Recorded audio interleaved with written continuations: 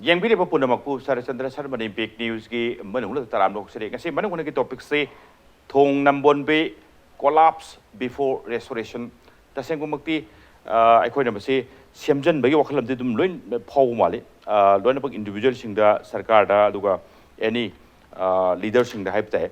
Aduga masih semjan ki hype bagi wakalun tu semua mali kari mukanda. Nakan ani maksud tinggal kanda NAMBONBI thong se mapangan sole aduga thong se pibung kara kairak pekanda. Kari kumba masih miam lalu ragadi ate kai thu gadi kudung tiba yai hai bagi idea tu ni tinggal tham se at the same time tinggal ka sum kui lerak pone na karim kanda same gitu ra hai bagi wakalam se sum phau di bahon ba aduga karim kanda history ga sakon raga lak prana ekhoi su udi sum muning ba thaina sum abok na ga pubiraga kumai phiong matam da pubiraga thong NAMBONBI ga se landana nakan yelo marom da lion ba sana pot ka leibudo ningsang iti kanda na hangai asuk kui bisi ningsang ngudi adu kindara kanda nungsirak paip tai sam hara kanda aduga maruan hojik lai wafam di thong NAMBONBI se semjan bada thok khidra haibe wafam mama aduga thong NAMBONBI se sum ising sing kari sing mayam sum haina bada ising sentharak pa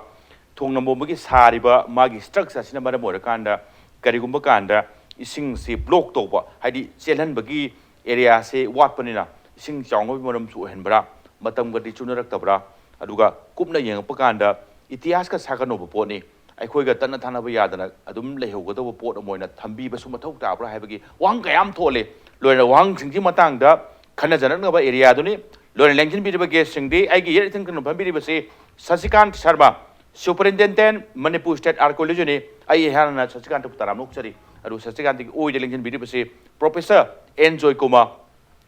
former head of department history Manipur University ne ai oja Joykumar sutaramuk sari adu oja Joykumar ki oge da ide he ekta thangna phamina jari basi RK Nimai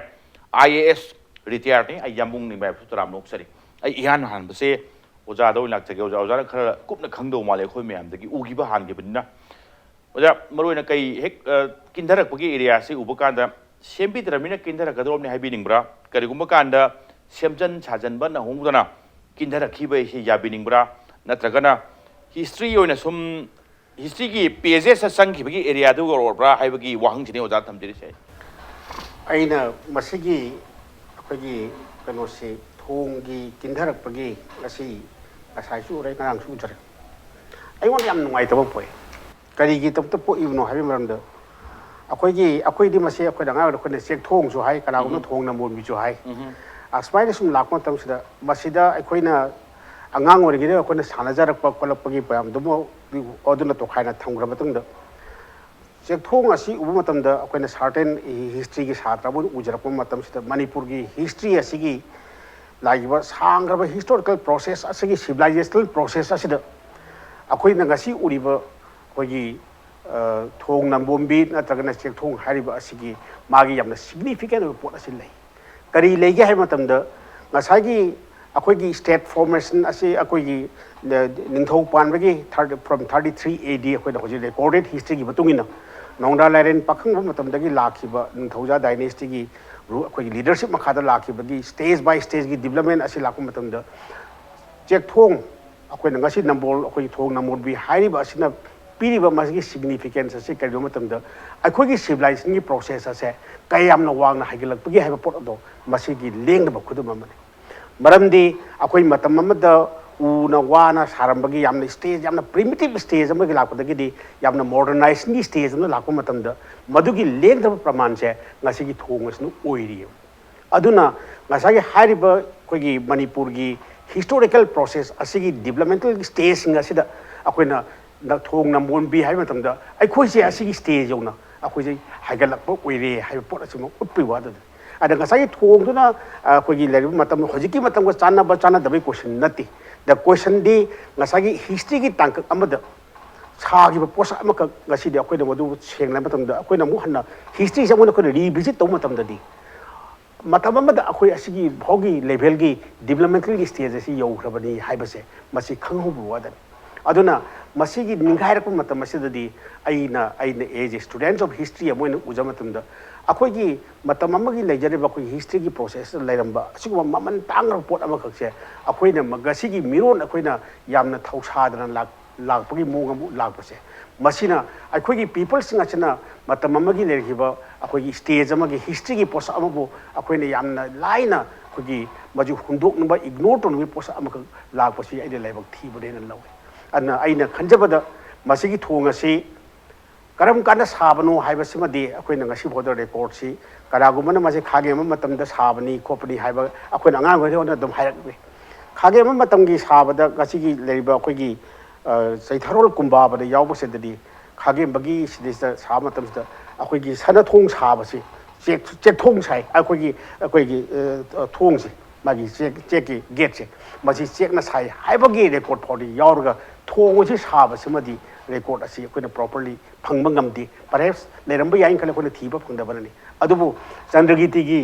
ꯃꯇꯝꯗꯗꯤ ꯃꯁꯤ ꯑꯃꯨꯛ ꯍꯟꯅ renovate ꯇꯧꯔꯒ ꯁꯦꯝꯗꯣꯛ ꯁꯦꯝꯖꯤꯟ ꯇꯧꯕ ꯄꯣꯠꯇꯤ ꯁꯤꯃꯗꯤ ꯂꯩ ꯑꯗ ꯑꯃꯕꯨ ꯑꯣꯏꯔꯁꯨ ꯑꯩꯅ ꯊꯝꯖꯔꯤꯗꯤ ꯉꯁꯥꯏꯒꯤ ꯈꯥꯒꯦꯝꯕꯒꯤ ꯃꯇꯝꯗ ꯑꯩꯈꯣꯏꯅ ꯊꯥꯖꯕꯒꯤ ꯃꯇꯨꯡ ꯏꯟꯅ ꯑꯩꯈꯣꯏꯒꯤ ꯈꯥꯒꯤꯁꯤꯡꯅ ꯂꯥꯛꯑꯒ ꯆꯦꯛ ꯁꯥꯕ ꯇꯝꯕꯤ ꯈꯣꯠꯄꯤ ꯍꯥꯏꯕꯒꯤ ꯃꯌꯥꯝ ꯑꯃꯁꯨ ꯉꯥꯡꯅꯕ ꯀꯌꯥ ꯑꯃ ꯂꯩ ꯑꯗꯨꯕꯨ ꯈꯥꯒꯦꯝꯕꯒꯤ ꯃꯇꯝ ꯍꯥꯏꯕꯁꯦ ꯑꯩꯈꯣꯏꯒꯤ ꯃꯅꯤꯄꯨꯔꯗꯗꯤ ꯌꯥꯝꯅ ꯏꯝꯄꯣꯔꯇꯦꯟ ꯑꯣꯏꯕ ꯄꯣꯠꯁꯛ ꯑꯃꯅꯤ ꯃꯔꯝꯗꯤ ꯈꯥꯒꯦꯝꯕꯒꯤ ꯃꯇꯝꯗꯗꯤ ꯑꯩꯈꯣꯏ ꯁ꯭ꯇꯦꯠ ꯐꯣꯔꯃꯦꯁꯟꯁꯨ ꯑꯣꯜꯃꯣꯁ ꯑꯣꯜ ꯀꯝꯄ꯭ꯂꯤꯠ ꯑꯣꯏꯔꯛꯀꯗꯣꯏꯅꯤ ꯁ꯭ꯇꯦꯠ ꯐꯣꯔꯃꯦꯁꯟꯁꯦ ꯑꯗ ꯃꯁꯤꯒꯤ ꯃꯇꯝꯗ ꯑꯗꯨꯅ ꯈꯥꯒꯦꯝꯕꯒꯤ ꯃꯇꯝꯗ ꯊꯣꯛꯄ ꯄꯣꯠꯁꯛ ꯑꯃꯈꯛꯀꯤ ꯑꯣꯏꯗ꯭ꯔ ꯐꯥꯎꯕꯗ ꯉꯁꯥꯏꯒꯤ ꯆꯦꯛꯀꯤ ꯑꯩꯈꯣꯏꯒꯤ ꯆꯦꯛ ꯁꯥꯕꯒꯤ ꯆꯦꯛꯀꯤ ꯌꯨꯝ ꯁꯥꯕꯒꯤ ꯅꯠꯇ꯭ꯔꯒ ꯆꯦꯛꯀꯤ ꯍꯥꯏꯔꯤꯕ ꯑꯁꯤ ꯏꯟꯗꯁꯇ꯭ꯔꯤ ꯑꯃꯈꯛ ꯂꯥꯛꯄꯒꯤ ꯑꯩꯈꯣꯏꯒꯤ ꯁ꯭ꯇꯦꯖ ꯑꯃꯈꯛ ꯂꯩꯈꯤ ꯍꯥꯏꯕꯁꯦ ꯃꯁꯤ ꯌꯥꯝꯅ ꯑꯆꯨꯝꯕ ꯌꯥꯝꯅ ꯑꯐꯕ ꯄꯣꯠꯁꯛꯁꯤ ꯉꯁꯤ ꯅꯤꯡꯈꯥꯏꯔꯛꯄ ꯃꯇꯝꯁꯦ ꯑꯩꯈꯣꯏ ꯊꯋꯥꯏ ꯁꯥꯊꯤꯅ ꯅꯨꯡꯉꯥꯏꯇꯦꯅ ꯈꯜꯂꯤ ꯑꯗꯨꯅ ꯍꯧꯈꯤꯕ ꯁꯔꯀꯥꯔ ꯀꯌꯥꯗꯁꯨ ꯑꯩꯈꯣꯏ ꯃꯁꯤ ꯍꯥꯏꯖꯈ꯭ꯔꯕꯅꯤ ꯃꯁꯤ ꯑꯝꯇꯪ ꯁꯦꯝꯖꯤꯟꯕꯤꯌꯨ ꯍꯥꯏꯅ ꯑꯗꯣ ꯁꯨꯝ ꯁꯦꯝꯃꯛꯇꯕꯁꯤꯅ ꯃꯔꯝ ꯑꯣꯏꯔꯒ ꯉꯁꯤꯒꯤ ꯑꯁꯤꯒꯤ ꯊꯣꯡ ꯑꯁꯤ ꯂꯩ ꯃꯁꯤꯗ ꯑꯩꯅ ꯍꯥꯏꯖꯅꯤꯡꯕ ꯑꯃꯇꯪꯗꯤ ꯑꯩꯈꯣꯏꯒꯤ ꯂꯩꯔꯤꯕ ꯃꯔꯨꯑꯣꯏꯅ ꯑꯩ ꯃꯁꯤ ꯌꯥꯝꯅ ꯑꯩꯈꯣꯏꯒꯤ ꯃꯔꯨꯑꯣꯏꯅ ꯑꯩꯈꯣꯏ ꯑꯥꯔꯀꯦꯅ ꯌꯥꯝꯅ ꯍꯦꯟꯅ ꯁꯪꯕꯤꯔꯛꯀꯦ ꯈꯜꯂꯤ ꯉꯁꯤ IFCD ꯗꯤꯄꯥꯔꯠꯃꯦꯟꯒꯤ ꯖꯒꯥꯁꯤꯗ ꯀꯩꯅꯣꯝꯃ ꯁꯥꯖꯜꯂꯦ ꯑꯩꯈꯣꯏꯒꯤ ꯏꯁꯤꯡꯒꯤ ꯋꯥꯇꯔ ꯔꯤꯖꯥꯔꯚꯔꯒꯤꯗ ꯀꯩꯅꯣꯝꯃ ꯁꯥꯕꯁꯤ ꯀꯩꯅꯣ ꯈꯪꯗꯦ ꯑꯗꯒꯤ ꯑꯅꯤꯁꯨꯕꯗ ꯉꯁꯥꯏꯒꯤ ꯁꯣꯝ ꯅꯥꯀꯟꯒꯤ ꯏꯁꯤꯡꯒꯤ ꯐ꯭ꯂꯣ ꯑꯁꯤ ꯆꯠꯄ ꯌꯥꯅꯕꯅꯤꯅ ꯑꯃꯁꯣꯝꯗ ꯑꯃꯨꯛ ꯇꯧꯈꯥꯏꯔꯛꯄ ꯑꯁꯤꯅ ꯉꯁꯥꯏꯒꯤ ꯂꯩꯔꯤꯕ ꯍꯥꯟꯅ ꯐꯤꯕꯝ ꯁꯣꯛꯑꯕ ꯊꯣꯡ ꯑꯁꯤꯗ ꯑꯃꯨꯛꯀ ꯍꯦꯟꯅ ꯁꯣꯛꯅꯕꯒꯤ ꯃꯆꯥꯛꯁꯦ ꯑꯩꯗꯤ ꯃꯁꯤꯅ ꯄꯤꯕ꯭ꯔꯥ ꯍꯥꯏꯅ ꯈꯜꯂꯤ ꯑꯩ don't know about the technical ꯄꯥꯔꯠꯇ ꯑꯩ ꯈꯪꯗꯦ ꯍꯥꯏꯗꯤ ꯉꯁꯥꯏꯒꯤ ꯊꯣꯡ ꯑꯃ ꯂꯩꯔꯝꯕ ꯄꯣꯠꯁꯛꯁꯤꯡ ꯑꯁꯤꯗ ꯉꯁꯥꯏ ꯁꯣꯝꯗ ꯇꯧꯈꯥꯏꯈꯤꯕ ꯑꯃ ꯁꯣꯝꯗ ꯁꯥꯔꯛꯄꯁꯤꯗ ꯉꯁꯥꯏꯒꯤ ꯊꯣꯡ ꯑꯁꯤꯒꯤ ꯃꯄꯥꯡꯒꯜ ꯈꯔ ꯁꯣꯟꯕꯁꯤꯗ ꯑꯃꯨꯛꯀ ꯍꯦꯟꯅ ꯂꯩꯍꯟꯕ ꯑꯩꯈꯣꯏꯒꯤ ꯃꯥꯡꯍꯟꯅꯕꯒꯤ ꯃꯆꯥꯛꯁꯨ ꯑꯣꯏꯕ꯭ꯔꯥ ꯈꯜꯂꯤ ꯑꯗꯨꯅ ꯑꯩꯒꯤ ꯃꯣꯠꯇꯗꯤ ꯑꯃꯕꯨ ꯑꯣꯏꯔꯁꯨ ꯃꯁꯤꯒꯤ ꯊꯣꯡ ꯑꯁꯦ ꯑꯩꯈꯣꯏꯅ ꯃꯁꯤ ꯐꯖꯅ ꯄ꯭ꯔꯤꯖꯥꯕ ꯇꯧꯕꯒꯤ ꯊꯝꯕꯒꯤ ꯇꯉꯥꯏꯐꯗꯕꯁꯤꯗꯕꯨꯗꯤ ꯑꯩ ꯂꯩꯌꯦꯅ ꯈꯜꯂꯤ ꯊꯦꯡꯛ ꯌꯨ ꯁꯁꯤꯀꯥꯟꯇ ꯃꯔꯨꯑꯣꯏꯅ ꯑꯣꯖꯥꯅ ꯊꯝꯕꯤꯔꯛꯄꯁꯦ ꯃꯁꯤꯒꯤ ꯐꯤꯕꯝ ꯌꯧꯅ ꯁꯣꯛꯆꯤꯟꯈꯤꯕꯁꯦ ꯑꯃꯔꯣꯝꯗ ꯍꯥꯏꯔꯒ ꯅꯨꯡꯉꯥꯏꯇꯦ ꯍꯥꯏꯕꯒꯤ ꯋꯥꯐꯝ ꯑꯃ ꯑꯗꯨꯒ ꯑꯦꯠ ꯗ ꯁꯦꯝ ꯇꯥꯏꯝ ꯁꯦꯝꯕ ꯅꯪꯗ꯭ꯔꯤꯉꯩꯗ ꯐꯤꯕꯝ ꯁꯣꯛꯈꯤꯕꯒꯤ ꯑꯦꯔꯤꯌꯥꯗꯨꯅꯤ ꯁꯦꯝꯍꯧꯕ ꯌꯥꯕꯒꯤ ꯐꯤꯕꯝ ꯑꯣꯏꯅ ꯎꯕꯤꯕ꯭ꯔꯥ ꯕꯤꯡ ꯑꯦ ꯑꯥꯔꯀꯣꯂꯣꯖꯤꯁ ꯀꯃꯥꯏꯅ ꯎꯕꯤꯒꯦ ꯁꯤꯅꯤ ꯁꯤꯒꯤ ꯊꯣꯡ ꯅꯝꯕꯣꯟꯕꯤ ꯑꯩꯈꯣꯏꯒꯤ ꯍꯤꯁꯇ꯭ꯔꯤ ꯁꯤꯗ ꯍꯤꯁꯇ꯭ꯔꯤꯒꯤ ꯇꯥꯡꯀꯛ ꯑꯃꯅꯤ ꯑꯗꯨꯒ ꯃꯇꯝ ꯑꯃꯒꯤ ꯑꯗꯨꯒꯨꯝꯕ ꯃꯃꯥꯡꯉꯩꯒꯤꯗꯨ ꯁꯨꯝ ꯑꯩꯈꯣꯏꯅ ꯐꯥꯀꯠꯂꯒ ꯌꯦꯡꯕ ꯀꯥꯟꯗ ꯑꯩꯈꯣꯏꯒꯤ ꯁꯤꯚꯤꯂꯥꯏꯖꯦꯁꯟꯁꯦ ꯀꯌꯥꯝ ꯑꯦꯗꯚꯥꯟꯁ ꯑꯣꯏꯒꯦꯁꯦ ꯑꯁꯤꯅ ꯇꯥꯛꯄꯒꯤ ꯑꯦꯔꯤꯌꯥ ꯑꯃꯁꯨ ꯊꯝꯕꯤꯔꯤ ꯀꯃꯥꯏꯅ ꯌꯦꯡꯕꯤ ꯑꯁꯤꯒꯤ ꯑꯩꯈꯣꯏꯒꯤ ꯏꯝꯄꯦꯛ ꯇꯤꯚꯤꯒꯤ ꯄ꯭ꯔꯣꯒ꯭ꯔꯥꯝꯁꯀꯤ ꯄꯦꯅꯦꯂꯤꯁꯁꯤꯡꯁꯤ ꯑꯩꯕꯨ ꯀꯌꯥꯔꯛ ꯍꯟꯅ ꯇꯥꯛꯄꯤꯕ ꯉꯝꯕ ꯑꯣꯖꯥ ꯉꯥꯛꯇꯅꯤ ꯌꯨꯝꯗ ꯑꯩꯒꯤ ꯍꯦꯛ ꯑꯣꯏꯗ ꯂꯦꯡꯖꯜꯂꯤꯡꯁꯤꯅ ꯑꯣꯖꯥ ꯖꯣꯏꯀꯨꯃꯥꯔ ꯃꯊꯪꯗꯅ ꯑꯩꯈꯣꯏꯒꯤ ꯑꯩꯒꯤ ꯍꯥꯟꯅ sir doctor RK Nimai ꯔꯤꯇꯥꯌꯔꯗ IAS ꯑꯃꯗꯤ VS ꯃꯅꯨꯡꯕꯨ ꯑꯍꯥꯟꯕꯃꯛꯇꯗꯤ ꯈꯨꯔꯨꯝꯖꯔꯤ ꯑꯍꯥꯟꯕꯗ ꯑꯩꯅ ꯊꯝꯅꯤꯡꯕꯁꯤ ꯑꯣꯖꯥꯅ ꯃꯥꯡꯗꯁꯨ ꯄꯟꯈ꯭ꯔꯦ ꯈꯥꯒꯦꯝꯕ ꯃꯇꯝꯗ ꯁꯥꯔꯝꯕꯒꯤ ꯋꯥꯔꯤ ꯂꯩ ꯍꯥꯏꯗꯅ ꯑꯗꯨ ꯆꯩꯊꯥꯔꯣꯜ ꯀꯨꯝꯕꯥꯕꯗ ꯑꯍꯥꯟꯕ ꯑꯣꯏꯅ ꯄꯜꯂꯝꯕꯁꯤ ꯔꯦꯀꯣꯔꯗꯇ ꯂꯩꯔꯝꯕꯁꯤ ꯑꯣꯒꯁꯀꯤ ꯇꯥꯡ 18 1854ꯗ ꯃꯁꯤ ꯀꯣꯂꯥꯞꯁ ꯇꯧꯏ ꯑꯥꯔꯠꯀ꯭ꯋꯦꯛꯀꯨꯝꯕ ꯑꯃ ꯇꯧꯕꯗꯤ ꯃꯁꯤ ꯀꯥꯏ ꯍꯥꯏꯕꯒꯤ ꯔꯦꯀꯣꯔꯗ ꯑꯃ ꯂꯩ ꯑꯗꯨꯒ ꯅꯣꯕꯦꯝꯕꯔꯒꯤ ꯇꯥꯡ 28 1854ꯗ ꯃꯁꯤ ꯅꯧꯅ ꯑꯃꯨꯛ ꯁꯥꯕ ꯍꯧꯏ ꯑꯗꯨꯒ ꯋꯤꯊꯤꯟ ꯑ ꯁ꯭ꯄꯥꯟ ꯑꯣꯐ 4 monthsꯇ ꯃꯁꯤ ꯁꯪꯒꯥꯏ 28 March 1855ꯗ ꯑꯗꯨꯅ ꯊꯣꯡꯁꯤ ꯍꯥꯟꯅ ꯁꯨꯡꯀꯥꯏꯃꯛ ꯀꯥꯏꯗ꯭ꯔꯤꯕ ꯊꯣꯡꯁꯨ ꯅꯠꯇꯦ ꯑꯗꯨꯒ ꯆꯦꯛ ꯊꯣꯡ ꯑꯣꯏꯅ ꯑꯣꯏꯔꯝꯕ꯭ꯔꯥ ꯋꯥꯒꯤ ꯑꯣꯏꯔꯝꯕ꯭ꯔꯥ ꯎꯒꯤ ꯑꯣꯏꯔꯝꯕ꯭ꯔꯥ ꯍꯥꯏꯕꯗꯨꯒꯤ ꯆꯞ ꯆꯥꯕ ꯍꯥꯟꯅꯒꯤ ꯄ꯭ꯔꯃꯥꯟꯗꯤ ꯂꯩꯇꯦ ꯑꯗꯨꯕꯨ ꯃꯍꯥꯔꯥꯖ ꯆꯟꯗ꯭ꯔꯀꯤꯔꯇꯤ ꯍꯥꯛꯇꯛꯇ ꯁꯥꯕ ꯃꯇꯝꯗꯗꯤ ꯃꯁꯤ ꯆꯦꯛꯅ ꯁꯥꯕ ꯊꯣꯡꯅꯤ ꯍꯥꯏꯕꯁꯤꯃꯗꯤ ꯀꯨꯝꯕꯥꯕꯗꯅ ꯆꯟꯗꯨꯅ ꯂꯩꯔꯦ ꯑꯅꯤꯁꯨꯕꯗ ꯉꯁꯤ ꯑꯩꯈꯣꯏꯅ ꯈꯟꯅꯕ ꯌꯥꯕꯁꯤ ꯅꯥꯀꯟꯗ ꯆꯦꯜꯂꯤꯕ ꯇꯨꯔꯦꯟꯁꯤꯒꯤ ꯅꯥꯀꯟꯗ ꯆꯦꯜꯂꯤꯕꯗ ꯑꯩꯈꯣꯏꯅ ꯑꯅꯧꯕ ꯊꯣꯡ ꯃꯌꯥꯝ ꯑꯃ ꯁꯥꯕ ꯎꯔꯦ ꯑꯗꯒꯤꯗꯤ ꯑꯣꯖꯥꯅ ꯉꯁꯥꯏ ꯍꯥꯏꯕ IFCDꯒꯤ ꯁ꯭ꯇ꯭ꯔꯛꯆꯔ ꯀꯥꯏꯅ ꯍꯥꯏꯕ ꯑꯗꯣ ꯉꯁꯤꯒꯤ ꯗꯤꯕꯦꯠꯁꯤꯗꯗꯤ ꯃꯔꯝ ꯈꯇꯪ ꯆꯥꯟꯅꯗ꯭ꯔꯒꯁꯨ ꯑꯩꯅ ꯄꯟꯅꯤꯡꯕꯁꯤ impact of urbanization on heritage structure Okay. or historical site haibse masayida akoi one day discussion amuk tawkon amuk tawse adubu masigi impact sidi akoi soidana phangi haidana ai lawjai adu akoi na khandoribsidi both urbanization or oirom thangbadana somda akoi historical monument amabu kamaina animakpu tunana ngasi miyong pu base masi this is the middle way sina koina thang basina khwaidagi chungani khallen khal sarkar gi site gi koi section da bunate ozanu mangda koi section da ui hai base tung sengduk chage koi yam section da tawi khwai ahan bada minor crack koi develop tawbusi 16 July 2019 da tawbani adu immediately 17 July da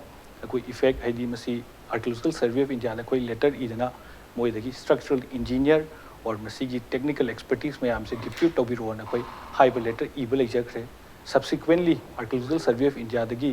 koi gi notice circle da Manipur se Aizol circle gi makha de lei adu Aizol circle gi deputy superintendent archaeologist adu magi junior engineer laga adum subsequent month da koi yeng tana mana conserve tawba yaga da yaru ja habse ma yeng adum han yeng jarame yeng basi akoina thabak oina onthokna bo khonda ringai sida subsequent amuk second phase akoi 9 January 2020 da rang kai bagi latest report lag basin latest report la basi matung da within mayam da public domain da akoi social media da he kai habsi within 1-2 hours ki manung da aigi boss director the art and culture gi kadagi di art and culture commissioner art and culture gi minister na site to the laga koi site to check to minare and subsequent dakar leba mayam Archaeological Survey of India oiru amabu oiru hai mayam si akoi technical expertise mayam si kauraga masi restore tausi haibisi masi akoi gi achet na ba pandam ni hajik tamun hangbiki ba restore tawba taseng na mo oithokpra haibidune yes masi aina oithokani haina ai thamjage maramdi there is a high chances of akoi restore tawba ngamgani maramdi hajik laiba bridge seng asi gone collapse tawre haribasi masi quantitative method measured yeng targadi almost 1/4 of the akoina pura guidance lo matam 1/4 kumba oigani na khanli aduga 3/4 amadi already mase koi gi intake stage tele aduna magi measurement loge hargasu or magonda kari material na sage harga yengaga restore tawge hargasu masi aina oithokani na thamjai sei jai khatang sengdong ni mamna restoration oirga di akoina masi reconstruct tawunati anova method akoi anova se cement taruga senarga semgadaw nate mai restore tawge hargadi akoi ethics of norms ta hana original senar ma pot mayam do madu yarigi madu senarga restore tawba haina haibani khogi ethics of restoration aduna mon haji haijaba restore tawba yagadra ngamni ne khalli ozana haiba khoi section dabra haibdu akoi section la adum tong yengjeri haidi due care adum paikalaga leibani sare kanda aduga hoi nungai tabasti loina bak faunare nungai tabasi pung khu faugani yamung ni mai maroina nasai thambirak wafam si yam phajaba anigi marakta leiba amana urbanization gi ama aduga at the same time historical site aduga heritage oiba structure sing se makhoi sing su ngakpi na purga chatmin da bai se yamung oithokpo jala kayam difficulties no in ngasigi present keno sei da matam sei da aduga amana I question amtanga 1854 da mase akhoi makti yam kanna paru budi na lamdramina natabani tawdu Shashikant na puthok pirak pai te 1854 da su amuk hana sai kai ru gi area am leigre matam do ningtho palingai gari gi matam ne matam to thobauda Shashikant na yam phajaba wafam su thambire madudi within 4 months ki span da adum construct toroga adum phibam du laksala thambagi wafam du ne handakina 2019 gi July da 2019 gi July da crack chalak pokholok pokhra leigre adu hojik la isina ngase sina 2020 gi January mapan ngarang sini matam kharadi haidi hen na lomon bra restoration to gene khala magati hojik su restoration to budi adum yadi yari to wodu restoration yam phibam soktring ida restoration to magati haibi question ama thoklak prashne yamo pagi urbanization gi population pressure ga heritage site ki conservation to base sigi complexity adum leiya okay ada koina ser sa suri na saramba thong grand trunk road sida saramba thong ji hoje akoi gi lambi grand trunk road se expressway ora pakan sida thong ji pulap thang du oga nakan sida sida khilla thamme ada akoi gi thong na mombi si masi tausi haidana at one time government na toramba da praja mayam ya ki de aduga thong masing ju hengat le ko hanadi maharani thong ga thong na mombi ga din na re ba another thong ma thongnamo bilanya da the alternative ama seme ada akoi gi Manipur gi problems ina akoi gi heritage site natural heritage gi akoi expert yam lai u gi khangde ama khangde mayam gi natural heritage de aduga Meena साब heritage की कोई दा तसे expert से लेते हैं दा मसी engineer हम नेता तो वो याद है वो इंजीनियर सी की स्पेसिफिक ट्रेनिंग चट मसंगे वो आर्किटेक्ट सुनी अदुगा पोट अमा रेस्टोर तो वो अरीब पोट अमा रेस्टोर तो वो सी अनोबा साब दगी कोर्स 3 times को मसंगे अदा ngasai sachina thamisi yam chumni akoi gi restoration gi ethics ta hana seasonal material du sinagadamni aduga manaba aduga asigi thong asidi restore tong matam da kano da chek sidi ma gi life span lai aduna chek si matam sida di mairo gi kadi gi sikhara dum week oi bani na ma gi akoi gi senang na mok jare eba mo panga solak tana aduna akoina masiga manaba chek sabta ba saba ngamdraga na akoi anobo chek sida khai raga kholaga madugi size da saraga tawgadamni hoje Taj Mahal da kupiba white marble singasi hanagi natabana ayamani ko dagi Humayun tomb gida leiriba sandstone ga mayam se anobo loi sillin na tawudabu hanagi leramiba magi architectural gi drawing se kariga se hana workout tawrakanda madudai da semaga restore tawbani akhoi masi mamang da somo kha akhoi gi renovate am tawkheba ada akhoi gi heritage site ki restoration tawbo or conserve tawkan sida koi thika gi style sidi tawbo swa yaroeba moina cement season arme cement si tawkan de cement ti crack la kan de hana lejarami ba lime mortar gi si gi crack si amu expand taweba the lime mortar gi advantage amana magi fiber formation se ising hajam matam da mu fiber se mu reform taweba whereas cement ki once form ta bharkan da crack am la kan se amu ne restore taw yad re aduna lime surki na lime mortar se ne yam ne hen lasting way structure ki sida and akhoi ki experience le re ko akhoi slim cottage se semba restore taw matam da akhoi na ha na gi se taw bi ho kan taw de ba kana ha na british sare yum sing sigi makha si akhoi nuksi se chalan mane mana kitang wang na sare mai southization gi structure ngak tani akhoi rajbhavan sare ba khangde adagi kangla de le structure ma se makha je hor kan da mad nuksi se chalan mane thok na kalam thingjang kan se da irin ga na kan se da isa dei din wall ga kari ga se kano da matam de manung da le ba hapani adagi chek tai na ba sidana lime mortar se tor ga sa ba ngak tani ba akhoi gi pillar suk chau ba si solid na te ba hollow structure ne aduna restoration taw matam sida akhoi gi mapan gi technical expertise adagi even akhoi gi technical hand thabuk su mi si ba da akhoi gi mapan da gi mi na traga de akhoi manipur da akhoi leite restore taw di yadab di leite restore dum taw ya ya ada oni sarana thamba sida yamna hari si 19th century da thamari da akhoi gi restore taw ngam go hojik acham kuina sangi no haibasidi maduna takpadi akhoi gi efficiency se akhoi yam thina handare kano da matam da di one man decision ne bani thodana esi taw hairaga di next day da ma thabuk je hawraga taw khine akhoi da na paisa leiba leitaba adagi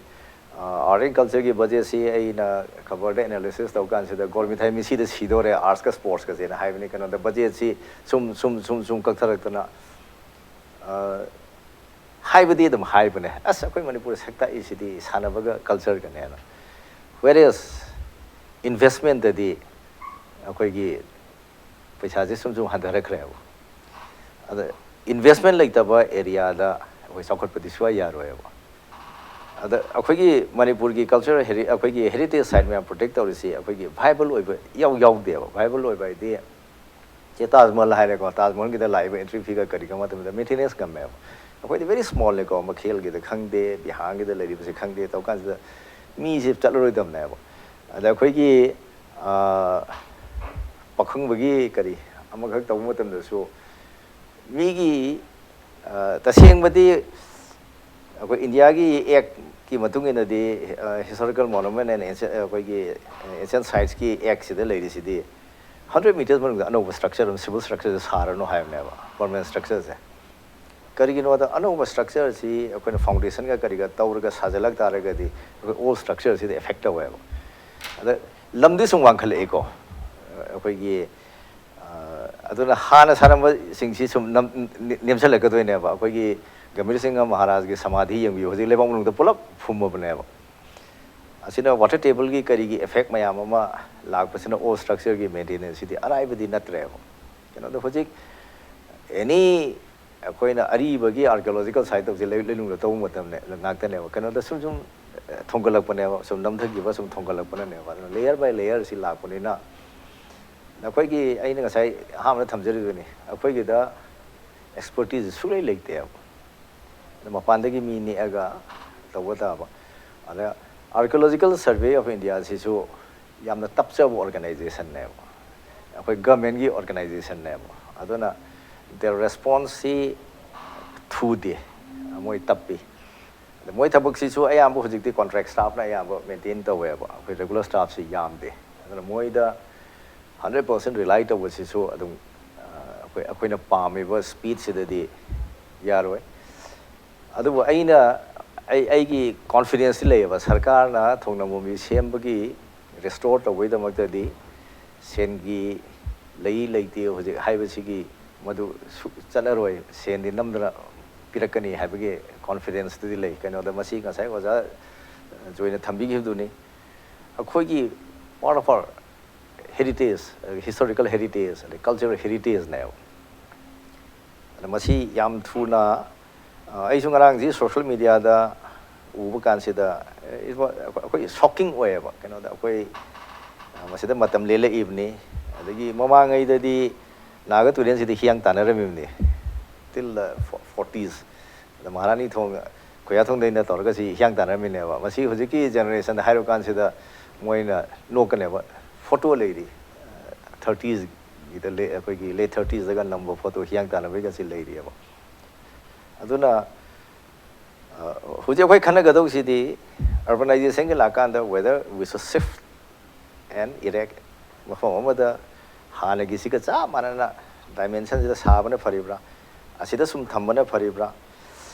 water ꯇꯦꯕꯜꯗꯤ ꯁꯨꯝ ꯋꯥꯡꯈꯠꯂꯛꯄꯅꯤꯅ ꯇꯨꯔꯦꯟꯒꯤ bed ꯁꯤ ꯁꯨꯝ ꯋꯥꯡꯈꯠꯂꯛꯄꯅꯤꯅ ꯑꯩꯈꯣꯏꯒꯤ ꯃꯥꯒꯤ ꯐ꯭ꯂꯣꯒꯤ ꯀꯦꯔꯤꯡ ꯀꯦꯄꯥꯁꯤꯇꯤꯁꯦ ꯑꯁꯤꯗꯤ ꯑꯗꯨꯝ ꯍꯟꯊꯔꯛꯀꯅꯦꯕ ꯑꯗꯨꯅ ꯏꯁꯤꯡ ꯍꯦꯛ ꯆꯥꯎꯔꯛꯄ ꯃꯇꯝꯗ ꯑꯁꯤꯒꯤ ꯊꯣꯡꯁꯤꯒꯤꯗ ꯑꯗꯨꯝ ꯈꯔ ꯑꯗꯨꯝ ꯄꯟꯒꯅꯦꯕ ꯏꯁꯤꯡꯁꯦ ꯑꯗꯨ ꯃꯗꯨꯃ ꯑꯩꯈꯣꯏ ꯗꯤꯕꯦꯠ ꯇꯧꯅꯕ ꯑꯃ ꯗꯔꯀꯥꯔ ꯂꯩ ꯀꯩꯅꯣ ꯃꯁꯤ ꯃꯄꯥꯟꯗꯁꯨ ꯇꯧꯋꯤ ꯑꯩꯈꯣꯏꯒꯤ ꯍꯔꯤꯌꯥꯅꯥ ꯄꯟꯖꯥꯕꯇ ꯒ꯭ꯔꯥꯟ ꯇ꯭ꯔꯪ ꯔꯣꯗꯇ ꯂꯩꯔꯝꯕ ꯊꯣꯡꯁꯤꯡꯁꯦ ꯊꯥꯡꯗꯣꯛꯑꯒ ꯇꯧꯔꯒ ꯅꯥꯀꯟꯗ ꯊꯝꯃꯤ ꯁꯦꯔꯁꯥ ꯁꯨꯔꯤꯒꯤ ꯃꯇꯝꯗ ꯁꯥꯔꯝꯕꯅꯤ ꯈꯣꯠꯂꯝꯕꯅꯤ ꯇꯧꯕꯅꯤ ꯁꯨꯃꯥꯏꯅ ꯇꯧꯅ ꯁꯤꯐ ꯇꯧꯕꯅꯤ ꯀꯩꯅꯣꯗ ꯊꯣꯡꯗꯨꯗꯤ ꯄꯤꯁꯛ ꯄꯤꯛꯏꯀꯣ ꯍꯧꯖꯤꯛꯇꯤ ꯂꯝꯕꯤꯗꯤ ꯍꯦꯛꯇ ꯑꯩꯈꯣꯏꯒꯤ 4 lane 6 lane ꯑꯣꯏꯔꯛꯄꯅꯤ나 ꯑꯗ ꯃꯗꯨꯒꯤ ꯑꯣꯜꯇꯔꯅꯦꯇꯤꯞꯇ ꯇꯧꯒꯦꯕ꯭ꯔꯥ ꯅꯠꯇ꯭ꯔꯒ ꯏꯟ ꯁꯤꯇꯨꯗ ꯀꯟꯖꯔꯞ ꯇꯧꯒꯦ ꯍꯥꯏꯔꯒꯁꯨ ꯍꯧꯖꯤꯛꯀꯤ ꯂꯤꯟ ꯁꯤꯖꯟꯁꯤꯗ ꯇꯧꯍꯧꯗ꯭ꯔꯒꯗꯤ ꯅꯣꯡ ꯆꯨꯔꯛꯈ꯭ꯔꯒꯗꯤ ꯇꯧꯕꯗ ꯌꯥꯝ ꯋꯥꯒꯅꯦꯕ ꯑꯗꯨꯅ ꯏꯃꯤꯗꯤꯌꯦꯠ ꯑꯩꯈꯣꯏꯒꯤ ꯑꯦꯛꯁꯟ ꯑꯩꯈꯣꯏꯒꯤ ꯂꯧꯕ ꯑꯃ ꯆꯪꯉꯤꯑꯕ ꯑꯗ ꯃꯗꯨ ꯂꯧꯍꯧꯗ꯭ꯔꯒꯗꯤ ꯑꯩꯈꯣꯏꯒꯤ ꯅꯣꯡ ꯆꯨꯁꯜꯂꯛꯄ ꯇꯥꯔꯒꯗꯤ ꯅꯦꯛꯁ ꯏꯌꯔ ꯉꯥꯡꯅꯤ ꯅꯦꯛꯁ ꯏꯌꯔ ꯇꯧꯀꯥꯟꯗꯗꯤ ꯇꯥꯔꯤꯕ ꯆꯦꯛ ꯃꯌꯥꯝ ꯑꯁꯤꯗ ꯑꯌꯥꯝꯕ ꯂꯣꯏꯅ ꯑꯩꯈꯣꯏ ꯇꯧꯊꯔ ꯆꯠꯈ꯭ꯔꯅꯦꯕ ꯑꯗꯨꯅ ꯃꯦꯇꯤꯔꯤꯌꯦꯜꯁꯤ ꯃꯇꯝ ꯆꯪꯉꯤꯉꯩ ꯉꯥꯏꯗꯒꯤ ꯐꯤꯕꯝ ꯁꯣꯛꯂꯛꯀꯗꯣꯏꯅꯤ ꯁꯣꯛꯂꯛꯀꯗꯧꯕꯅꯤ ꯁꯝꯅ ꯍꯥꯏꯔꯀꯥꯟꯗ ꯑꯗꯨꯒ ꯃꯔꯨꯑꯣꯏꯅ ꯑꯣꯖꯥ ꯑꯩꯅ ꯂꯥꯛꯆꯅꯤꯡꯕꯁꯦ ꯔꯦꯁꯇꯣꯔꯦꯁꯟꯁꯤ ꯇꯧꯕ ꯌꯥꯕꯒꯤ ꯑꯣꯏꯊꯣꯛꯄ ꯑꯗꯨꯒ ꯑꯣꯊꯣꯔꯤꯇꯤꯅꯕꯨ ꯉꯝꯒꯦ ꯇꯧꯕꯒꯤ ꯈꯜꯂꯗꯤ ꯑꯗꯨꯝ ꯆꯞ ꯆꯥꯅ ꯇꯧꯕ ꯉꯝꯅꯤ ꯍꯥꯏꯕꯒꯤ ꯑꯦꯔꯤꯌꯥ ꯑꯃ ꯑꯗꯨꯒ ꯑꯃꯔꯣꯝꯗ ꯌꯥꯃꯨꯡ ꯊꯝꯕꯤꯔꯤꯁꯦ ꯃꯐꯝꯁꯤꯗ ꯂꯩꯕꯁꯦ kitang kudong chadrasu chapman ba structure ma samhai kra jnom ship tawdabudi nati haiba history gi oja kuina su history ne rakpa duga swai yeng kanda historical site historical monument heritage sai gi sum yeng ba kanda oja hongdong jing tawbo yabagi flexibility ma adum oithokpa yaba jala sine tasengna masida yam nungai basi khujiki akhujida manipur sida chatnaba khuji maroina dailai su tawba culture haiba asi static oina legadabani matamda khuni selama dress hungbu yaroi adu tawbu yaroi haiba gi sidi favor to kangbu male okay adubu culture sta once flexibility latragadi culture statistics oi lekhatari bodu automatically mangkani sma yam kana thaja jabam le aduna hojiki leichi koi thongi gasai koi Shashikant haiba smaina masigi restoration tawbu yani loinamak no yani ama tawbu yani but the problem di koi archaeology haibi giba urbanisation की issue से लाबतंदा होजिकी थोंग असी ना water की level से अखोगी bed से हाइगलक्पा थोंग से inter post अखोइना बराबर उरब पोट अमने मरमदी रेनी अखोगी रेनी सीजन से दरी इसिंग से फ्लो तौरप मतंदा मसिना ब्लॉक तौरगा इसिंग से इंखलगा सोंग सराउंड एरिया लोय थुम्मे थुम्मे अद अखोइना रेस्टोरेशन तहुमना अमने अदुबु लाकदुरबे इकोलॉजिकल प्रॉब्लम खरदी लेगदुरियबो लेगदुरिबदिना हौजी अखोइना मागी हिस्टोरिकल मोनुमेंट ओइबा पोट असे लहिनबा मतमदा आइना खंजबददी अखोइना पामीबसी मतम अमदा अखोइ सिगुमगी स्टेज अम लेरमी हाइबदुने यस लेरमी हाइबदु से फॉर एग्जांपल अखोइना ngасꯤदी ममांग सिदा अखोइना भैगचन्द्रना सामु फाबगी मूर्ति अमखक थम्मे मसिदा पीरिबसी भैगचन्द्रना सामु फाबजी आसामना तौरुबनी अखोइना मदु हिस्टोरिकल ओइबो ओइदबले खंदे बयबु तौना अदु अखोइसिदा बदु थम्मेबो सुमाइना तौगी हेबो असमाय तौदना आइगी वाखंददी ngасai हौजिक अर्बनाइजेशन की स्टेज से लामतंदा करिगो मसिना पोट सिनबदी याद्रबो तसें तसें थोंग असि लांथोलासिन तौबदी याबगी स्टेज लेत्रबनिना आइदी मसिगी पोस्ट स्ट्रक्चर सि जगह अमदा सिमरगे मसि मतमदा को सुमाइन तौरमनी हाइबा पोट असि तौबुसिदा आइदी कसु अकाइब लेरुवेना खल्ली मरमदी अखोगी इंटरेस्ट तुदी नंबुल तुरेनगी सिदा अखोई मतमदा थोंग सारबी हाइबदुने करब थोंग सिगु मखलगी थोंग सारमी अदुना मदुना ngасai हिस्टोरिकल वैल्यू दुदी मांगद्रेबो अरु तबदी स्पोर्ट्स सिदा लेबा मतमददी हौजिकी अर्बनाइजेशन की स्टेज लाकु मतमसिदा मसिना कयाम साथिना सोकदोरिगे हाइबे क्वेश्चन तुदनेबो अखोइना ngमग्रदना थोंगसि लेजरगा तुरेनजि थाइरगा चलहनिबो ngमग्रिबा मा फारे हौजिक आइना सुम ताजाबदा अखोइ नंबुल तुरेन मसामुक हान ओरिजिनल सि जगह सि नति नंबुल तुरेन सिवाना कोइदा लेरब जगह अन मदोमदा मुक डाइवर्ट टौनी का हाइबा कोपर लेबदुदी इट विल टेक टाइम मदुमदे कसु हाइबा अदु हौजिकी लेबि स्टेज असि एवरी रेनी सीजन खुदिंदा मरोइना ओरिबोक की लंगांग पुरमक थुमिसि ngасai खि ब्लॉक तौबसना यामने मदुई ब्लॉक तौ फनारमने हानबुदी तौदी तौथोए तौथोपदा थोंदरि मपांगनि पिथा अखोइ लेरिबा थोंग सिदि मपांगनि सोंदहल्लेबो अदु आइना सुम खंजबददी ngасai अर्बनाइजेशन की स्टेज अम लाकपा हाइबसे अखोइना थिंगबो यापोते मसि अन अर्बनाइजेशन की स्टेज असिदा ब्लॉक तौगदो पुरगदि अखोइना हिस्ट्री की पामिसना मसिंग मोनुमेंट अम अखोइ हिस्टोरिकल मोनुमेंट अम पोट अम लेरबि हाइबदुनिना मदुगी मॉडल अम फोटोपदा आइदी थोदोपो मसे अकाइबो लेरोयना फ्लेक्सिबिलिटी दो खरा उटपो मथौ ताइ खरदी मथौ ताइ मदु नत्रदि हाइरगदि अदुनी हाइदी फन्याम होजि रेस्टोर तलगसु सेमजन लगसु सेमजन मदि याम फै अखोइ लोइ पामे सेमजन लगसु होजिकी लाइबि स्टेज चादब खरदे दुमाइ लेजोर अदु लेरनि सिने आइदी अदुमाइ खले अदु पॉसिबिलिटी लेगदरा लेरोद्रा हाइदि दिस डिफरेंट यस मदु डिबेट अमा याम सांग मथौ ताने ओपिनियन सिक तौ मथौ ताने सम सम नारे कादा हेता अमा हेता तौरुबुदा यानिंगदबा यानिंगबो मयाम थोलकदोंनिना ओजा आदो आइदुमा यामुन ngасai थम्बिबा डिबेट अमा अदुम चथबा फगदरा इखले अदु at the same time restoration की मतंग योरदी थेंगे सरकार से थेंगे हाइदोरिन कोइ सम सम नाय कांदा डिपार्टमेंट से मथौ तौगी हाइदोरिमनेबा शशिकांतना ऑफिस की थबक तौगी हाइबना आइ हाइजबना सिगी थोंजे सिनी पोजिशन सिनी हाइबसे अखोइ मित बराबर उलाबो पोट अमने सरकार कया गवर्नमेंट ले बट सरकार से पुबिरम कया अम लेग्रे मखोइ मसे खंगना उना अदुम तौहिदब गातने अदुगी स्टेज बाय स्टेज सोचलपने अना हौजी समझाइबो मखोइ मणिपुर की लरिबा अखोइ कोइ आर्कियोलॉजिकल कनो सिसु मसिसु डिपार्टमेंट की कुइद्रिबनी बगुइ कुइबनत्रि हामद अन मसी मबांगदि होनो थोंगी पोजिशन से खंगाबनी मसी थोंसना मरम मगे सि सुए है कोइ लोनब खंगब पोआतनेबा अदुबो मसी रिनोवेट तौबा हाइगद्रा रिपेयरिंग तौबा हाइगद्रा करेक्ट तौबा हाइगद्रा मसिगी पोट असे मसी होगी सरकार सिंग सिगी मोगी माइंड सेट मसी लेहिदबरा हाइबनेबा ई क्वेश्चन थी आईडी क्वेश्चन अमा हंगे गसे ओजाना अदुने लेहि हौग्रबा सिंगदा लेहिदबरा सी क्वेश्चन लेबा हंगे याम चुम्बा फोन ओजा शशिकांत लाक्सब से शशिकांत ब्रेक के मतुंग दक्षरे ब्रेक के मतुंग इम्पैक्ट न्यूज की मन हुन येंगबिरेबा पुनम के फमदा थुन पुदुन लाक्सगे इम्पैक्ट न्यूज मियंग तादुन लेबियो ब्रेक के मतुंग येंगबिरेबा पुनमकु अमुकन तराम नोक्सरी हिस्टोरिकल मोनुमेंट अमोइना थम्बा इसिसु अदुम दि चैलेंजिंग ओइदोरने अदुम थम्बनदि यादबा येंजनबम चंगनी अदुगा मतम मतमगी ओइबा केयर लोबम चंगनी मतम कुइना मुक चलौनबा अदुगा अनौबा मिरोन खंगनबा अदुगा मरुइना थोंग ननबोंबगी वाफम लाकपा कांदा मफम सिदा दुमुक अदुम रेस्टोरेशन तौबमा नत्रगना इसिंग करी सिंग लाकपा कांदा होंगक पफिबम लेवल की करी येंगुरगदी मस्वाई सिंगसे करीगुंबा कांदा इचाउ ngak ki oi bai tai matam khara thingala thambagi amasu dum thonba thon dab dinate hongdong jing yu wafam la ga di kari um kan export sing history historian kaina haibiba takbiba not only asika kinatabada thokibasing karising yengurukanda history laimai phakapa kanda mafamda leirambado matamga chanarakpa chunarakpa walakpadagi hongdong jing tawhidabdi nate nambonbagi thong namong wafam lakpa kanda di hongdong jing wafam dudi yes yang thabi ke debate am ti changdong male apam pam da phongtu phongchin amakak lepadu yadu mande yelaka do su leneng khali aduga yaba su dum thol kan khali masi wafam simai Shashikant laksara roi aduga maroina Shashikant in laksaning se restoration do bain khamada dum full sungda changjang gerena sai chamju thambi gre ngambasu ebiu wish you all the best aduga maroina aina hangjaningi question china historical monument kangla da leba kangla gi da leba khoi ki temple sing kari sing oja adwai duma in khamada maintain to duma adum khara adum khudong cha da khara mayok na rasu thong nambon bidei di khara na khatang sa pha gadau man ba Shashikant structure above the river oi banina haide dum haiba base history yoina history ne khoi gi de aduga matam amagi civilization un anabagi kwai dagi mang da ta lai ba haite morom da urbanization ki conflict ama su lei ngai sai gi historical site maintain to go preserve to go of home marak state technical views ka mang implication ni kayam typical ho ge historical monument ma above the river taw masi line di thok do ba pot ti natti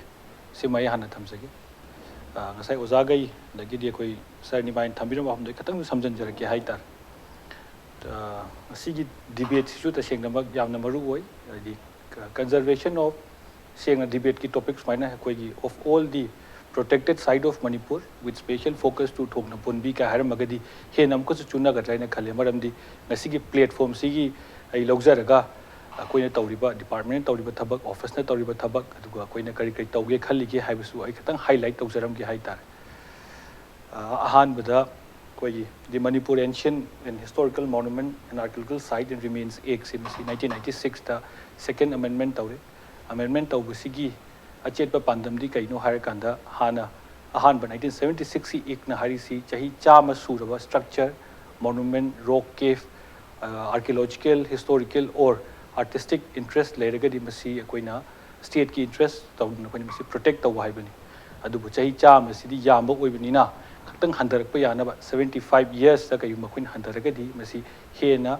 koina protected monument or site si hena tawba ngamgani haidana 1996 masi second amendment tawdana masi 75 ta handare number 1 number 2 da 2013 dang sai sarga khoiga sum haina matamda sir nang Shashikant kaya lady protected over site 50 kya sui en hai sir koina haina yu matam su sir na param matam si administrative secretary waram basi 2013 ki wari ni 13 the 53 leram bodo ngasi 2019 the 63 shure aita protected tawse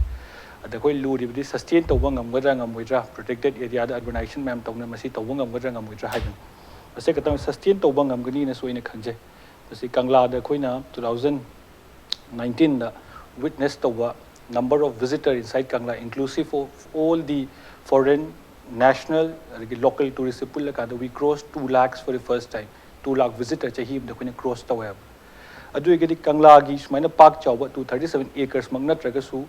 tourism bu promote tawba yaba historical site khara koinu su hazik na hongna na mark tawduna thami haitar. Samna harakanda langthabal da laiba koi ngarang function pangthok chariba Maharaj Gambhir Singh gi magi koi gi memorial laiba phamse. Masi masu koi public to open torgadi tourism sustain tonaba si protected site sustain to ngamgadra or khongjom dasu tengol lampang na actual war battle masi zorum chawna area le masi zo koina kangla mak na tragasu kangla gi level da kayumba protected torba area mem koina sum hangdura agadi masai lakpa income sina sustain to ngamgadra government gi revenue hengat kadra haidana koi su we are working on the adugi theme do so koi work tawjari haibta atopam na koi ek su amuksu katang su renovate renew tawbam su changi haitar number 1 da changi maram se kai gino har kan da thong NAMBONBI gi haski in and around da koina until lales gate ama parga changba yadi hydric fawgi di public kai na masai da koina board na thela ga masi protected area ni koi masai vendor bi ga nu changi ga nu lanbi ga nu disturb tawbi ga nu haidana su masi adum changba ui matam se koina gate thing je bawdi dukan phamba ui gari khamba ui ama ui section saya in Punjab Act to section 30 ki matung penalty mi ama lei haitar 3 years imprisonment or 5,000 ki fine kaina laiba or ngasagi national act tari harugana area protect tawdu protected area haiba ma khatang nakanda adugi 100 to 200 meter duna prohibited area ma adugi amuk beyond the regulated area kaina admaina national monument authority shemaga kamaina area protect ek amabu khoi site mu kamaina protect tawsi ka haiba du moina kuma khatang chauction bi hen gre state ki su khoi sigi line da protect tongnabi line da khoi ta segna mu adum tongna bo hone jaraki haidna isi wafam se ma su dum thamsaki aduga in situ oina protect tawsi in situ oina conserve tawsina masina kanamta dagi khoi gi objection la roi hai nai thamningi adugu tasengnamak in situ protect tawba ngamda targadi akoi mafam sigi hongdu krai waida protect tawna phagadagi haibsu tamona thambibu maina amuk aidi atopa public platform amada discussion ama laga aduna lauba decision do dum oijarasam anna koi conservation tawgani restore tawgani sustainable tourism tawgani aduna tasengna akoi gi mangda leisi it's all challenges adu challenges to defeat tawduni koina ngamba haina haidorise and we are working on it will definitely succeed when lep kona bo lep tagta sing mangam gani har ga tamos fain tham chen thank you department ki site di yamong moru na lady film sing se sukai ka handana hongdok pa leitana lady film sta sab sana honaraga kinda ki ba kitang namda ki do laibak thibani aduga maru na sab sana restore tongna bo honani haibi commitment de hujik tadi tabire yam long ran haibi tai khara kuina chakka da ba mong homda aduga maru na structure above the river oibani na yamunen khambiramani swai area sima khanaw buse ain khamda hujik tikitang matam amada yetna bagi dum sudum legi legrabni num thongna mambi hongdokpa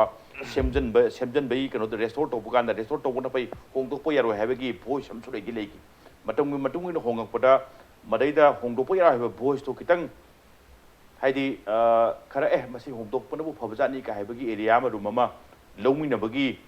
masigi tangkak se sinboi thokatra kanan sin ge de question authority go gedra na tagana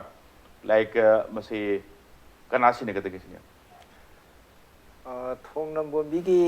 yengaga ai personal di jing hom zadre tena da mu hajik ningai ri basi after 5-10 years amuk adum lakani kaino da ising cheli ising chawri ising yam toin chawri ba jaga ni adagi mi katho kasin adum tawri scooter ga gari ga adum thajeli ada ai example am pije ge ko aswan dam se nile mathak da saram da abu simbel and temple se for 3000 years my west bank da ngan thoi ra ga le ram bane masi unesco na tor ga stone by stone marking tor ga ne higher up amada dam gi sing sina soi da bam da sa ge ba unesco tor ga adi makha da le ba nung do da makha da le ma mathak da le jam le ba numbering tor ga admai tor ga sa ge ba nalam dre di abu simbel urore ne aswan dam na thungra da na ba ada magi location si atai gi protected monument ki atai gi da di real problems in laitre ba ado atai jaga da so akhoi gi urban area da di tremendous pressure on the land si lere encroachment gi lere ada akhoi gi manipur da tawre si once protected tawre kan da mantop sage adu sage na la ba akhoi gi ari bagi lere mi lai sam ho leite ba akhoi di jaga du akhoi gi secret oiraga mutuda akhoi lai dingjaram bane na khoi bang kai da lorong khong tha ba gi tawre man top sa ge na demand tawi saman khajal laga thamme do ai di han lerami ba asi yare ge disturb taw gono hai ne ba da akhoi gi ari ba monument sing si gi kamai taw da protect taw ga de kamai taw da restore taw ga de lo da yaw li ba se kari no je khang da ba akhoi yamna thawai di yaw ba slightly misdirected by thawai khuyau se toraga apoi man top sage du sage ta sage na mayama pressure si lai ba tremendous political pressure mase apoi mayik seng na khamin da bam sangi ba kari no protection to do se kamai to na to gani si bihu lokon ha re ko bihu lokon si protected ni the mai di apoi gi star shape ta leibne star shape si asida sunate atai mayama su lai re ba sek mai de lai ri adagi irin mapan gi sidai sida hadak si akhoi gi crop line mayam am so hadak ki ising kang ba se sidai sida sei omari wang de england da thengna du mai na manipur da akhoi drone na to kan se de yam thengna re ba akhoi gi kaino da gi kari de gi mayam am thengna re ai di kangai ba se makha da karam le ram na something artificial ama check ni khangde nung ni khangde structure am lere kan da ising wala kan kan ine drought sida ada madu jaga to identify tar akoi excavate taw ba adum yari ba adugi coordinates ka kariga se adum loin lei nei bihu lo kon jo te sing na hara kan da akoi gi google gi map satellite ki imagery la kan sida bihu lo kon kan makha se kan da koi kem u de ada mathak te yeng dara kan da u bune hoje nangi Latin America gi space kita हमने कहने तो करी line mark तो अदु सुने बा मथक ते तो मखा दे कन खंगदम ने अदुना सिगी debate से कहनो ता अखोई की ता लेरी से अखोई की मणिपुर की अखोई historical monument ni adagi archaeological site ne तो से अखोई की ता certain element of sanctity से ले बा अदुना होंदो को से पाम दे बने अदु मतम की यावना होंदोक तब दी यार ओए नतरे प्रोटेक्ट तौंग मोय अखोइना मतम दुदा अखोइ सरकार न थमेसी म्यूजियम की ममांग की लंपाक मसाम लेदो मद खिल्लगा थमगे अदु थमकांदा अदु वर्गदी म्यूजियम न हुजि थोंग नंबोंबी की सी अतोब विजिटर लाकान सिदा करीब खंगदेबो केन मसी सही सुख सुरे थाइना सारमनी one of the public utility की brick structure नहीं का है विजय मणिपुर की वैसे कराम structure में हम सिंह ने मरम और का थोंग नन बोम्बिदी सब सब यिंग बची उस उधर में उस खलु दबगे एरिया अदुना तोना म्यूजियम की opposite थमगा दी म्यूजियम लाइफ खुदी मक्सिना ओके मसीदी मणिपुर द जे चे के structures फाइन तो लेरम बोय रे ऐसे understand तौगने बा अदुना अखोगी material culture की करीगी लाख पसी की understand तो बुद्धि मधु नजु हेनगने बा अदु अखोगी आई दी मधु नत्रदी alternative सी लेरो ओइना खले कनोदा हुजिक सेमजन गनी खरा लेरगा अमुक काय गनी कनोदा maintenance है अखोगी याम पोर ओएबो अखोइना monumental structure में हम सारे city convention center assembly high court budget ही येंगो maintenance की पैसा जे there is hardly any पैसा जे याव दे maintenance याव दो पोते तो मथन निकाई दाम ने अदर maintenance दी annual maintenance तवनी special की repair लाकनी मयाम अदु तो यारक तरह कान से renovation लाकदो इने अनोंगो building सारी बो उरी बो मयाम से फदी फजबो होजिकती फजब जगह याम शोरूम दे गाड़ी लोग थोगा गाड़ी फुल हाम बलेबे की हरो बोय करी बोय गाड़ी फुल थाव दो फुल हापका थावरगा अतै मखा ता हाप न बले तबे फेमनी सम अदना अइना historical monument की तब कान से ता खरा पैसा जो चेक्सन द सीजन दरकार लई adobo historical monument ni hana ko protect tawri ni haibasigi paisa de pidragadi kano da contractor or casual da grade 4 ama hapo yengdragadi yar hoya ba samani khajam budana yar hoya ba mi ama manakta lerega lekai gi mi da toraga anda mangon thadal sing tare ni pan pirega da yeng chelu khara hairagadi ma yeng sing gane ba sambala chawum ni sam logwidam le adu na tragadi adu engross torakani engross toradi lerami posi खरा अखोगी metal artefact का लेरिबा खोलि main से तुम थुगाई किने बा अदुना अखोगी CNC अखोगी कंगलागी मा माने separate पैसा फंगदना खोतना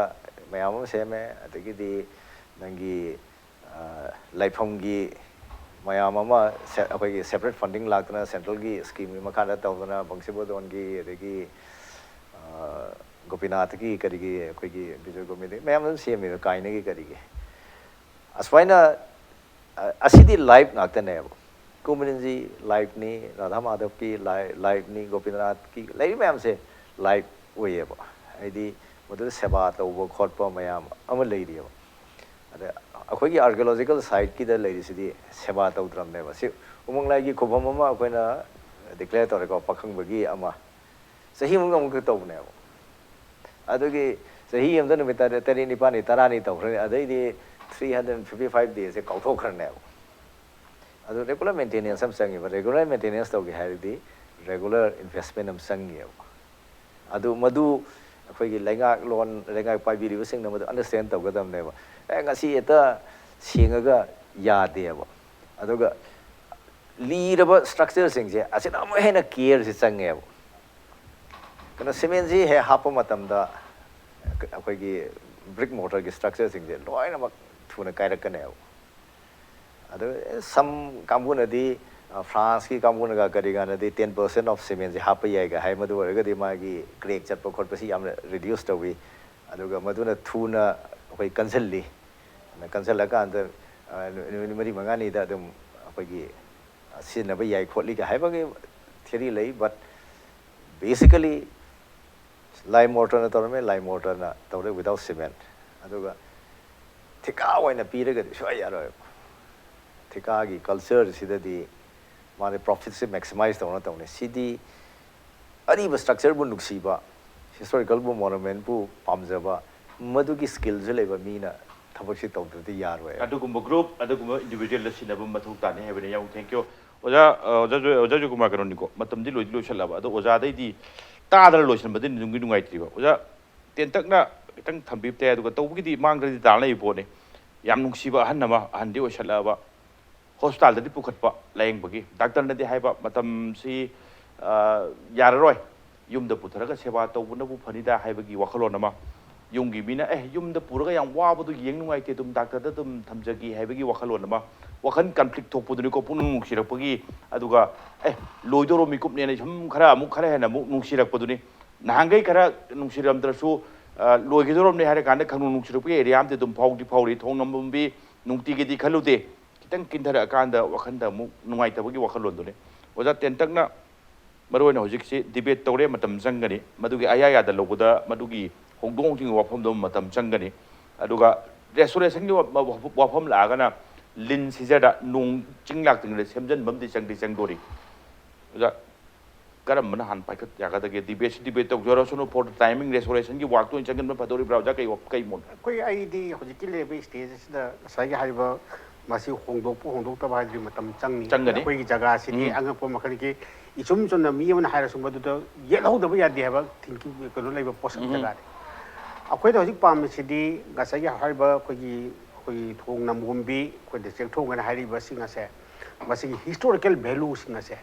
magi historical value magi significance mayam sing si ga immediately hojik la iba film singa sida masih restore ton basma masih darkar oine kali masih immediate measure immediate step in tawum chang ne hebani sasikan to losela ko se restoration gi sabchan tawne hebi wafom di thambi gre mit ta ubakan da kayam chang gi de restoration gi thabak sing tamu masi dum tawni aina dum thamjage in situ oiresu ko na khanara matung da ek situ oine tawraga su di ozana ahobda sai thambi gi sumaina thong nambombi is a living example of our civilization haibane asi koina kanglagi nongpok thangba satya nongpok thong sagi na khadrang matamda karamba thong bu koina mit mangla yengaga kanagi example lorga sasiken hai matamda this also one of the example aduna perishable material haibidi Southeast Asia gi architectural structure map si yeng matamda una wana ina kupaga lerum marak sida koi ipai puna cheki haibidi anoba mode of construction tawdana sianadana saramba laisang myam thambiramba adugi mathakta handorokna turel amagi mathakta thong babugada check structure saramba lime mortar senaga masi these are all the example of our civilization aduna akoi kanba tungi mirol gi damta thamba in situ ex situ orega su masi soina thamba mathau tai adu ngaktana dum thamsi haibagi wafam dani thank you yamung final remarks soina yamung mari yelo please go ahead yamung akoi gi longpok thong ari imphal turen da leibana teo asi momang da chanaga leibane Kangla ki sanyen thongi ga kaleriba mode se asine ba Kangla si yam chawba jaga ne ba hoji 237 acres lady se 600 acres muk chawro min ne ba aduda koi de misunderstanding of the thong mathakta koi gi turien mathakta saba se nongbo thongni haibagi concept un lei natti ase ariba map te yengbiu mamang chakhada kanda koi RDS ki to moto adi umang da ne si noi bung hari se leibak takhat laga top khin bai ne ba eastern side da Burma rong da on ba aduna nongmai gi pung hai na nongmai bung hai na thola ine ba aduna chumi sasina hai ba akhoi na saba matam da kamai da orga design ga kari ga si sajige hana kamai tong le rami khodami haibadu study da budi yam change but aina hajari de location je sum de hai ne turen mapanda sabadi natte turen akhoi khong chedami ko khong mayam si akhoi kongbu turen dagi sama imni ko akhoi haidi hi na pot porak matam du di transportation ji heavy transportation ji whatever is ngak tane ba kana lambi jile khom loi thoe ba weapon na hojela akhoi na khang bo haw da weapon na leibe sing je ningdam da ba haw da le khom thoe ba nusa udatra adana most of the transportation ji na akhoi namun turen ji oja ju dam khambirang gani akhoi gi pot sei porakna chu hi akhoi gi chapu me porakna ai ningjangi ba ngasi khabar da headline da akhoi gi u masada pandana hi Iraq ne ni tawna chapu nya mangi khodi gaina aduna ai di history gi chhatra na chade ko ai di history gi nate oja na he haibo final remark se yamung maru na ngasai gi debate tore matam chang ni aduga matam chana yam thuna step in tau dure department da soina mu chaiti chaire ka dor nu ko changde semjan de dra ling to matum da maduna khoi mieng mamu moi heavy wadani okay adu khaki point adu ki idea ne adu khaki idea ne just akhoi na haje ko do di ne please have another 1 minute akhoi na haje ko do di say for the timing na mahmo hongbo hongdo bai do matam yam chang matam lecture sano aduna in situ gi side as quickly as possible kano da sikai ri je yam thuna repair to hoda restore to hoda di kai bi sum henjela aduna as quickly as possible before the monsoon side je thabuk se complete to ba thongri ka srak to da mamang ge thamari da lore ga kedo gi thaina turen ahan bi tawrim ni mina physical labor na odi art mover je civil lere ka sida koi turen khongnung bok tengam de ba nakan da mola tu e ba haidi commitment do we koi commitment si yang wa tau ge di yap jani aduga maroina hojik yam seng kitang matte khara collapse so se thom the bidder restoration to romati hena pharang goda bdi thokrasu matam leiri taura se habdi Shashikant aduga Joykumar aduga yamung ni mai ngasi impact new issue do lakbiwa aduga ngasi gi manung na che mapung phan bibu ke teng lochila puti kai khomnu jere gates o mako amuk kan thagot che ngasi gi damak ta impact news ki man huna ta angsi losin jere batan jai role adu lamdam se tholi ba thok do wa thok kya ge mare cho report ke damak impact news miyeng ta dun lebio